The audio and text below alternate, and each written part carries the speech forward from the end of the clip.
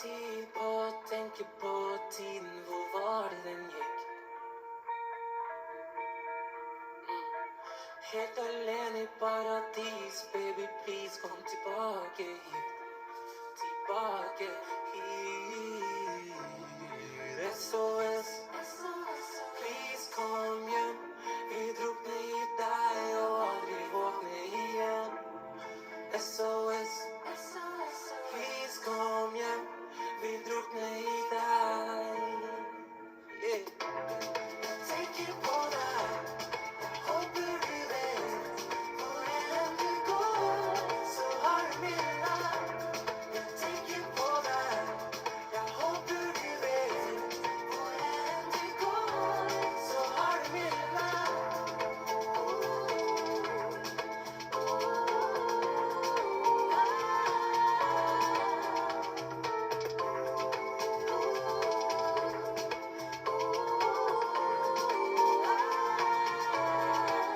Jeg håper du ser det jeg ser, håper du vil det jeg vil, håper at vi kan hoppe i det, håper vi kan bli noe mer. Faller i en seng, jeg faller på bakken, faller hardt sånn som jeg tante. Faller for hverandre kan være vanskelig, liv med meg, det er gøy for alltid. SOS, please kom hjem. Vi drukner i deg og aldri våkner igjen. SOS, please kom hjem. Vi drukner i deg. Yeah. Jeg tenker på deg. Håper du vet hvor enn du går, så har du min love. Jeg tenker på deg. Jeg håper hvor enn du går, så har du min love. Jeg tenker på deg. Håper jeg håper hvor enn du går, så har du min love. Jeg tenker på deg. Håper jeg håper hvor enn du går, så har du min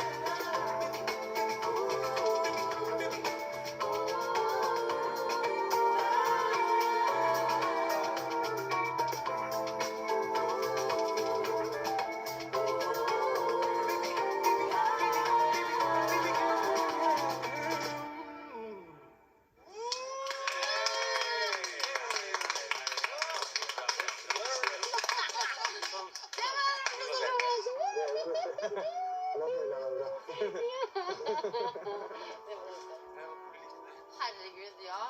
Takk. Takk. No more to say Jeg than koste that. meg. Det var gøy.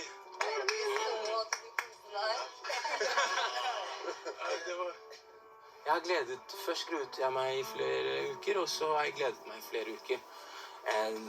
Jeg synes det gikk bra, jeg håper hun likte det.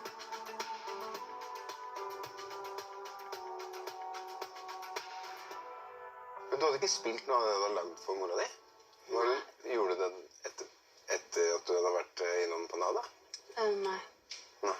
Mystisk dame, ass. Ja. Nei, jeg møtte jo Brady, så hadde han en SoundCloud med beats. Så jeg spurte han, kan ikke du sende meg en beat, for jeg skjønte at det kanskje jeg lagde ikke var helt opp på nikka ennå. Men så han sa ja, sendte meg Sway.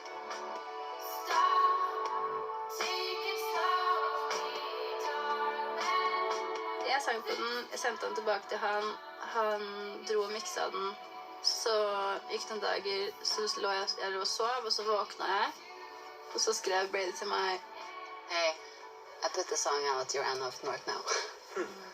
Og så våkna jeg til 10 000 plays og Anna of North.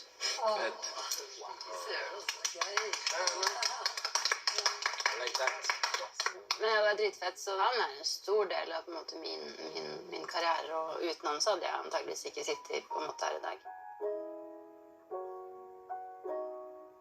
Vi jobbet jo sammen i 4 år. Kjempetalentfull fyr. Men vårt samarbeid skjønte vel begge to fort at det ikke kom til å fungere så bra. Det var destruktivt. Hva er grunnen til det?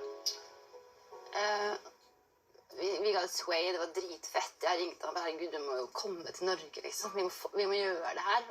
Men jo mer vi gjorde sammen, jo mer det funket, jo mer ville han ta del i altså eierskapet til bandet da. Og jeg heter jo Anne Aftenort, og det i seg selv å være et band som heter Anne Aftenort, det er vanskelig for han.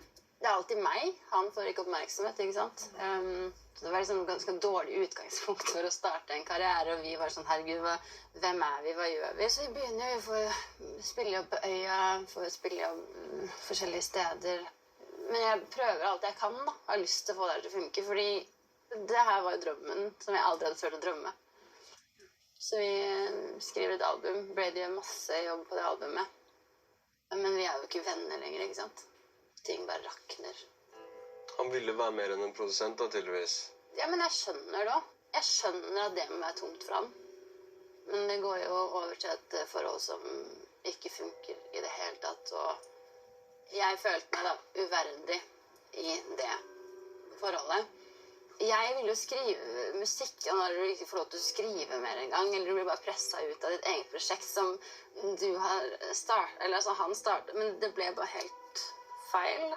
Og jeg følte meg så lite sett, og så jeg tenkte bare på sånn, alt det jeg godtok. Og alt jeg var sånn der, ok, og bare gjorde det jeg ble fortalt. Det er bare sånn... Vi har aldri vært der. Ja. Nei, det var jo et maktforhold der, og i forhold til at han hadde all kunnskapen, jeg hadde ikke det. Så jeg fikk jo ikke utfoldet meg på den måten jeg hadde lyst til. Han følte kanskje ikke at jeg bidro nok, og det ble en litt sånn ubalanse der, men jeg visste liksom til slutt ikke hva jeg skulle gjøre. Og så drar vi på vår første Europaturné, og det skal være gøy. Du skal dra på turné og bare sånn, det var første turné, hva skjer, ikke sant? Og det... Eventyr. Ja, det skal være dritbra. Og det var jo ikke det. Og jeg husker at jeg bare bestemte meg at etter den turneen her, så slutter jeg. Det kom til et punkt hvor musikk er gøy, men det her er ikke verdt det. Sånn skal jeg ikke leve livet mitt.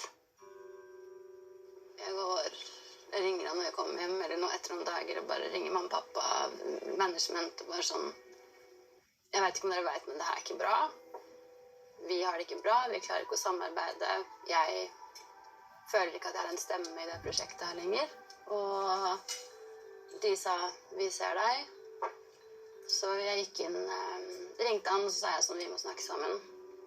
Og da tror jeg han, for jeg hadde vært så avvist med turneen, så jeg tror han skjønte hvor vi var. Og han, så sa jeg til han at nå, jeg slutter. Det blir ikke noe mer enn Aftenort. Du er vel enig med at det funker ikke. Da sier han noe som jeg er litt sånn sjokkert over fortsatt, at han bare, du tar navnet, og jeg drar. Managementet mitt sendte meg til London rett etter jeg hadde hatt en samtale her med Brady, og sa, nå må du slutte å tenke på det her, liksom. Kom deg ut, skriv, og bare fokusere på å prøve å se fremover, da. Må bare fortsette å tenke at det skal gå veien, da. Men hverandre, hvor er dere nå? Nei, han har jeg ikke snakket med siden 2018. Men i det her, da, så tenker jeg på han, og savner han, og den fantastiske musikeren som han er. Han er helt rå. Og det blir som et sånn der... Altså, vi var ikke kjærester, men det blir som et sånn der forhold hvor det er så bra når det er bra, og så er det så dårlig når det er dårlig. Du deler jo ofte mer med de her personene enn med noen annen. Ja. Det er jo psykologitimer, og det er vennskap, og det, som du sier, det er så nært et forhold uten å være det. Ja. Og så dro jeg til London og skrev det gladeste albumet som finnes. Og den første låta vi skrev fra det albumet var Thank Me Later, som jeg følte som en stor seier da, når jeg hørte den. Jeg hadde jo trodd hele veien at jeg trengte han. Han var det eneste som kunne få meg til å funke, og det fikk jeg jo til tider høre også. At jeg var veldig heldig som hadde han. Når jeg da skrev den sangen, så var jeg sånn, nei, det gjør jeg ikke, altså. Og så fikk jeg masse selvtillit på det, og bare, fy fader, det her kommer til å funke bra. Wow! Den inngangen likte jeg veldig godt. At du tok så tak i livet ditt selv, Anna. For det var da jeg oppdaget deg. Det var da de begynte å spille der, i hvert fall sånn som jeg hørte stemma di. Og på radioen, og de sa masse fint om deg hver gang jeg hørte det. Låta som jeg har gått og snakket litt om. Ja. Og hvilken låt tror du det var? Thank me later. Det er godt gjenta. Så da ble det en låt da, som heter Du kan takke meg i morgen. Ja!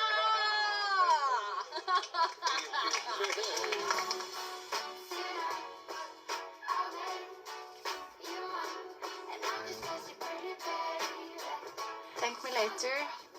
Min tanke rundt den låta var jo sånn, du hører jo mange sanger om menn som skal ha med kvinner.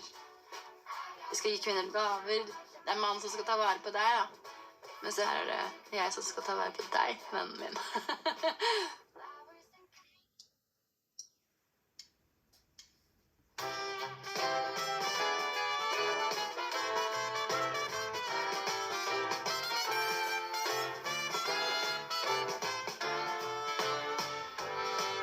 Jeg vet at du vil snart bli min. Du vet jeg liker godt å se deg, men jeg tenner på noe annet ved deg. Jeg slo på tråden, jeg kjørte forbi. Jeg sitter i bilen, jeg kommer klokka 10. Jeg har noe med meg. Alt er på meg, så slapp av imens. Ta det du trenger før vi går til sengs. Du trenger ikke be meg. Det er måten du snur deg, det er måten du ser. Rytmen din den gjør at jeg elsker deg mer. Når du snur deg hit, når du snur deg dit. Du vet hva jeg liker best. Jeg vet at du vil snart bli min. Du vet jeg liker godt å se deg, men jeg tenner på noe annet ved deg. Du vet at du vil få enda mer av meg, hvis jeg får lov til å gå foran deg. Du kan gjerne takke meg i morgen. Blomster og smykker og kaker og smil, og løfter som bryter seg etter min stil. Jeg har ikke sanser. Gi meg en natt hvor du tar meg av sted, for ingen kan ta meg dit du tar meg med. Ingen av oss danser. Det er måten du snur deg, det er måten du ser. Rytmen din den gjør at jeg elsker meg mer. Når du snur deg dit, når du snur deg hit. Du vet hva jeg liker best. Jeg vet at du vil snart bli min.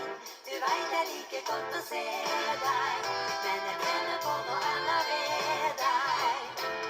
Du vet at du vil få enda mer av meg, hvis jeg får lov til å gå foran deg. Du kan gjerne takke meg i morgen. Du kan takke, du kan takke, du kan takke meg i morgen. Du kan takke, du kan takke, du kan takke meg i morgen.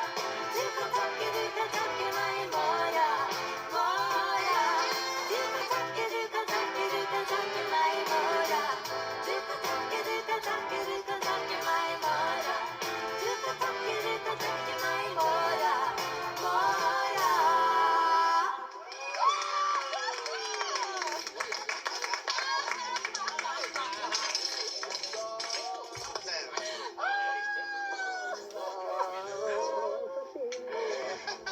Herregud, det der var kult. Å, herregud, det var som jeg hadde sprekker i kjeften, liksom. Det var kult. Wow! Det høres så trygg ut den låta, og det er så deilig. Åh, jeg klarer ikke å smile. Det var sjukt, Helt rått, May-Britt. Ja, Det var sassy May-Britt. Ja, dritfett. Så kult. Svidd, ass. Classy og sassy. 60-året. Jeg pleier ikke å danse sånn så ofte. Men nå fikk jeg skikkelig sånn... Ja da! wow! Ja, Det er bra. ja, å, herregud, det var så bra. Du fortjener all den selvtilliten du kan få. For du er jo så bra. Jeg kan ikke skjønne at du bare oser av selvtillit. Skål!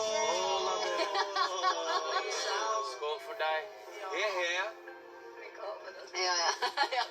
Men nå er vi over på et sted hvor Anna har det ganske bra. Ja.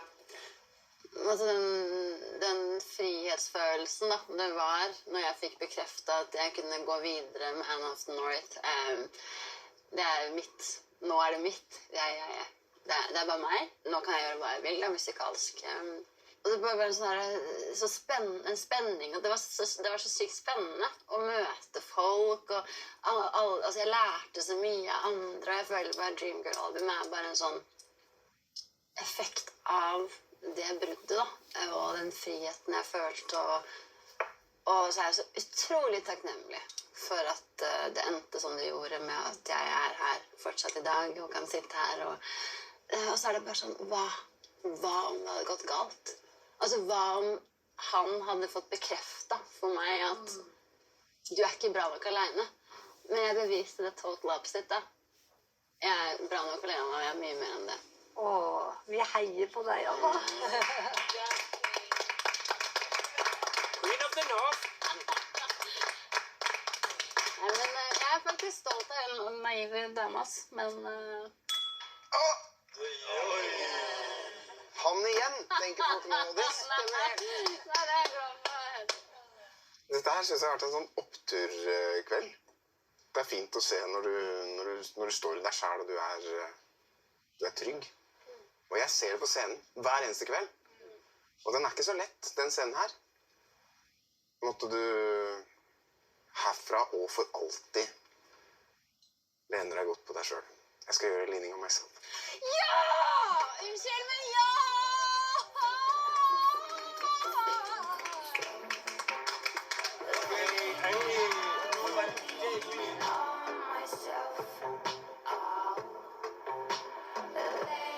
Ligning av meg selv er i dag, tror jeg, den viktigste låta for meg, da. Denne låta, den sier alt jeg føler, liksom. Eller, altså, jeg skjønte ikke hva vi hadde skrevet, men når jeg hørte den, så skjønte jeg sånn, wow, dette er livet mitt, liksom. Dette trengte jeg å si, da. Denne låta trengte jeg å høre, skjønner du hva jeg mener? Sånn, denne låta trenger jeg å høre. Tutu.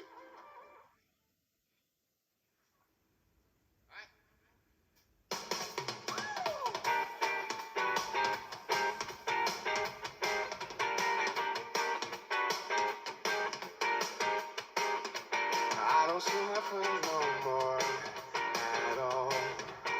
Ever since I let you go, you know I'm dipping in the deep, trying to find my way home. Driving through the streets, nowhere I wanna go. Felt like all I need is how I had it before.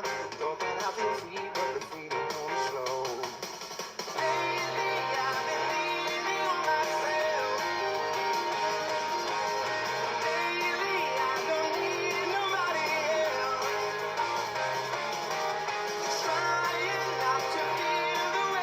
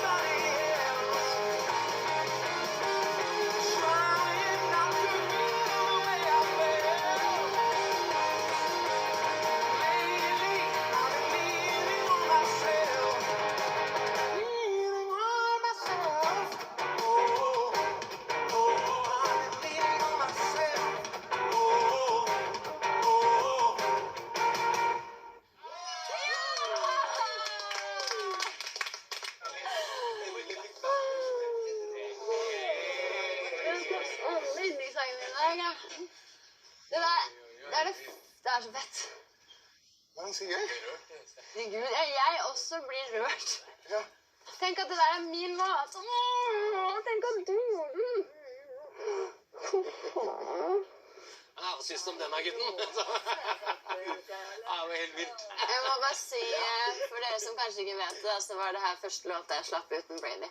Ja, så for meg så er det en utrolig viktig låt, og når du sa at herregud, jeg bare visste det. Dere får meg til å føle meg så veldig bra, og bare høre de tekstene i deres tenner, altså. Fy fader.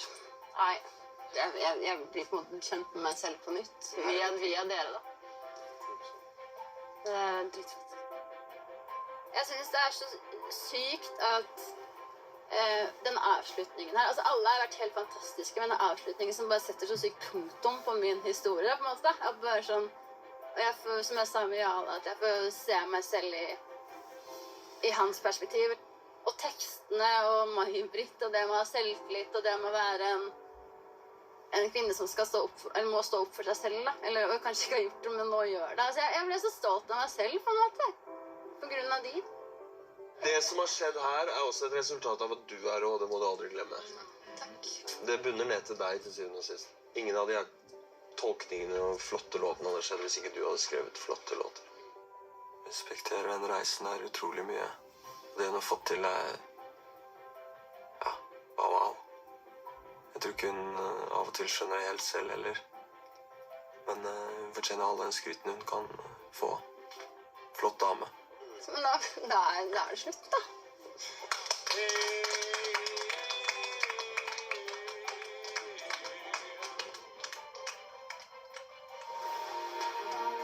I neste uke av Hver gang vi møtes, er det Stig Brenner som er hedersgjest. Det er så mye følelser inne i bildet her. Vi er snart ferdig, det eventyret er snart over.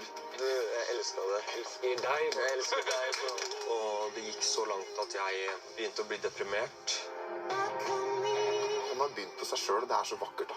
En veldig, veldig vakker sjel.